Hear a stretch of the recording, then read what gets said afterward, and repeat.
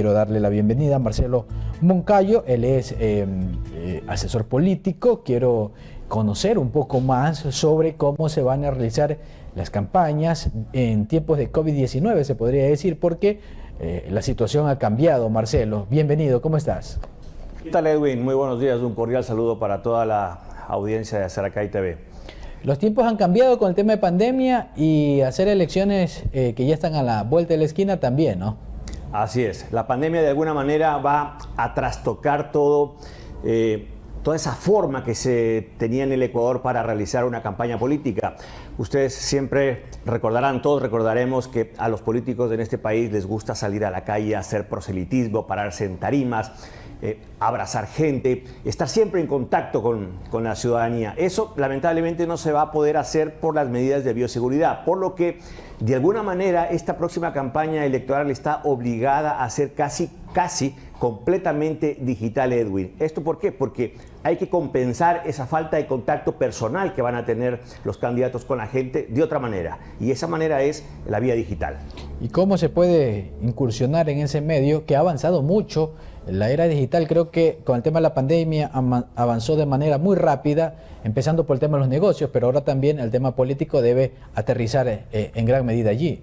Bueno, los políticos de alguna manera tienen que adaptarse a esa nueva forma de comunicación, y es a través de la vía digital. Lamentablemente, casi todos los candidatos que tenemos ahora, los binomios que están inscritos para esta próxima, o se están inscribiendo para esta próxima campaña electoral, no tienen una idea clara de cómo es el mensaje digital, porque de lo que yo he podido revisar en cada una de las cuentas oficiales que tienen en redes sociales de estos candidatos, ellos están manejando mensajes tradicionales, más largos de los normales. Las redes sociales son ágiles, tienen que ser súper ágil para lograr alcanzar el clic, que la persona apriete ese botón y escuche ese mensaje.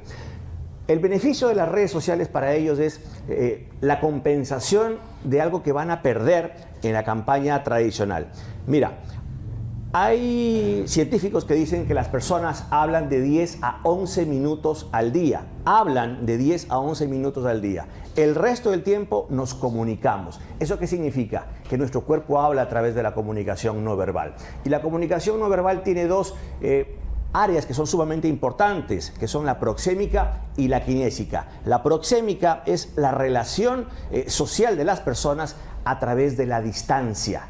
Eso lo van a perder la mayoría de los políticos en esta próxima campaña electoral, porque al político, ¿qué le gusta cuando sale a la calle? Abrazar a las personas, besarse, tomarse selfies, tomar del mismo vaso. Eso ya no se puede hacer. Entonces, al no tener proxémica, lo van a tener que hacer a través de las redes sociales. Y esto no es algo que yo me estoy inventando, mi estimado Edwin. Esto yo lo investigué en Madrid. Yo viví muchos años en España, tengo un doctorado en comunicación audiovisual y pude constatar que esto es así. La gente tiene que compensar esta falta de proxémica a través de un contacto directo con las redes sociales. Tu especialidad exactamente es ese tema, ¿no? El tema del media training.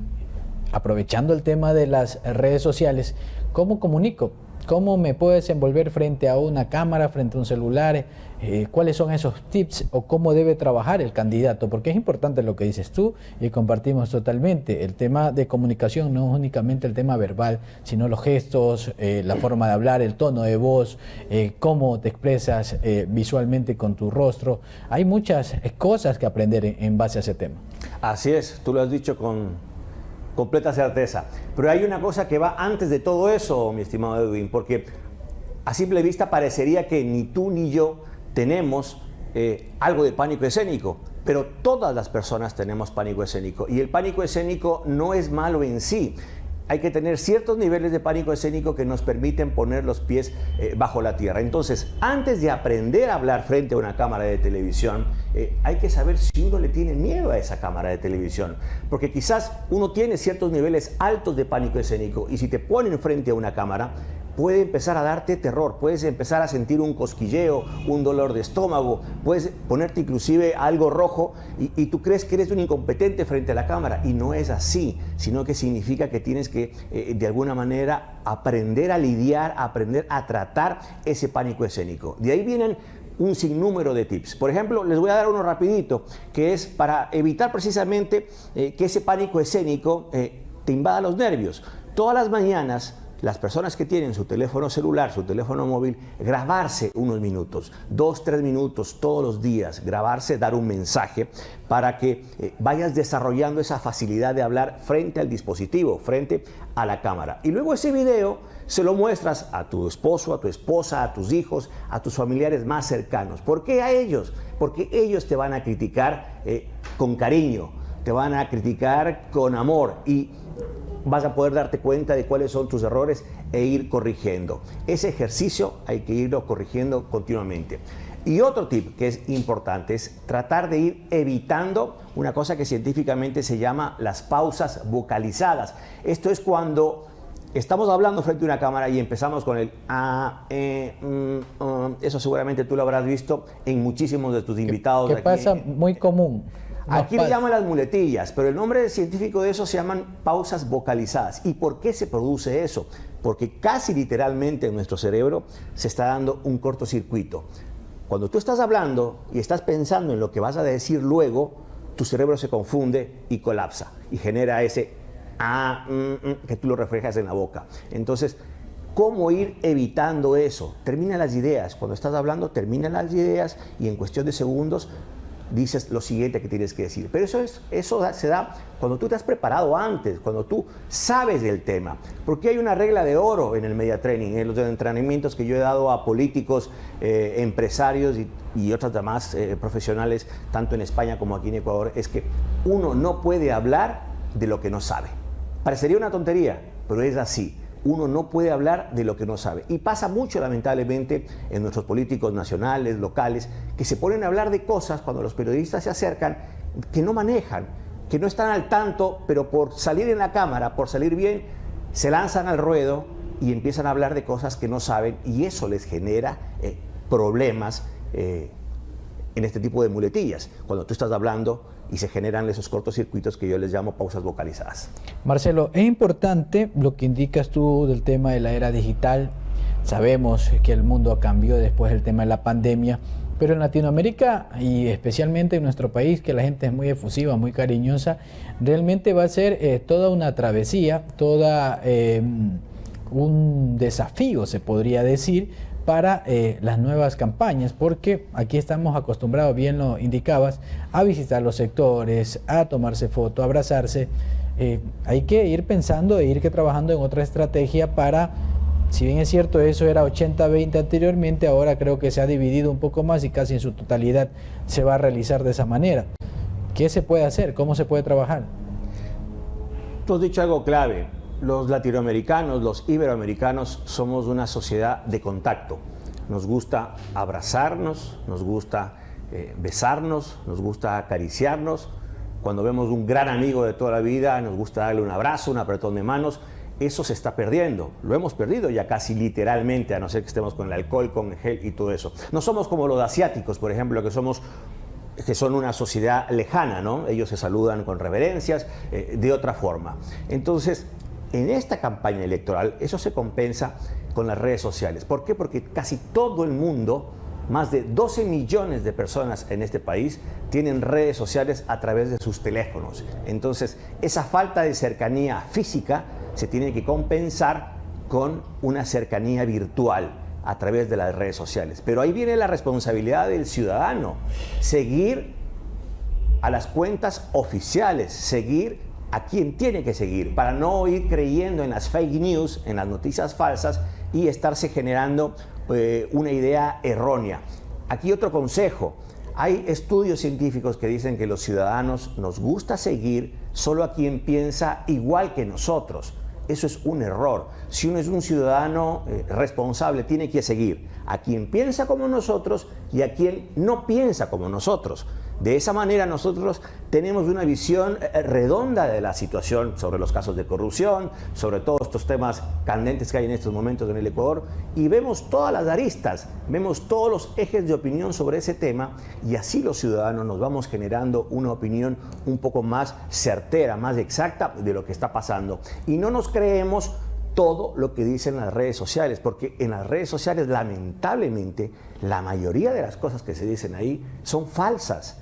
hay gente que se da el trabajo de crear cuentas falsas, como por ejemplo puede ser de este medio de comunicación, de otros medios de comunicación. Yo he trabajado en varios medios de comunicación en este país y hemos tenido que estar eliminando cuentas falsas que la gente va creando de los medios. Entonces, eso genera un problema. Entonces, también es una responsabilidad de parte y parte, del medio de comunicación de ofrecer una información contrastada y del ciudadano de buscar esa información que le permita hacerse una idea real de lo que está pasando en este país. Y es importante, Marcelo, que los ciudadanos que están de candidatos a diferentes dignidades empiecen a entender que el tema político es como una profesión, tú tienes que prepararte. Muchas personas llegan a ser autoridades y se olvidan de la autopreparación, y también para ser candidato debes prepararte, y una de las acciones o proyectos que debería tener claro tu equipo de trabajo es este tema de poder hablar en público, de poder hablar en medios de comunicación,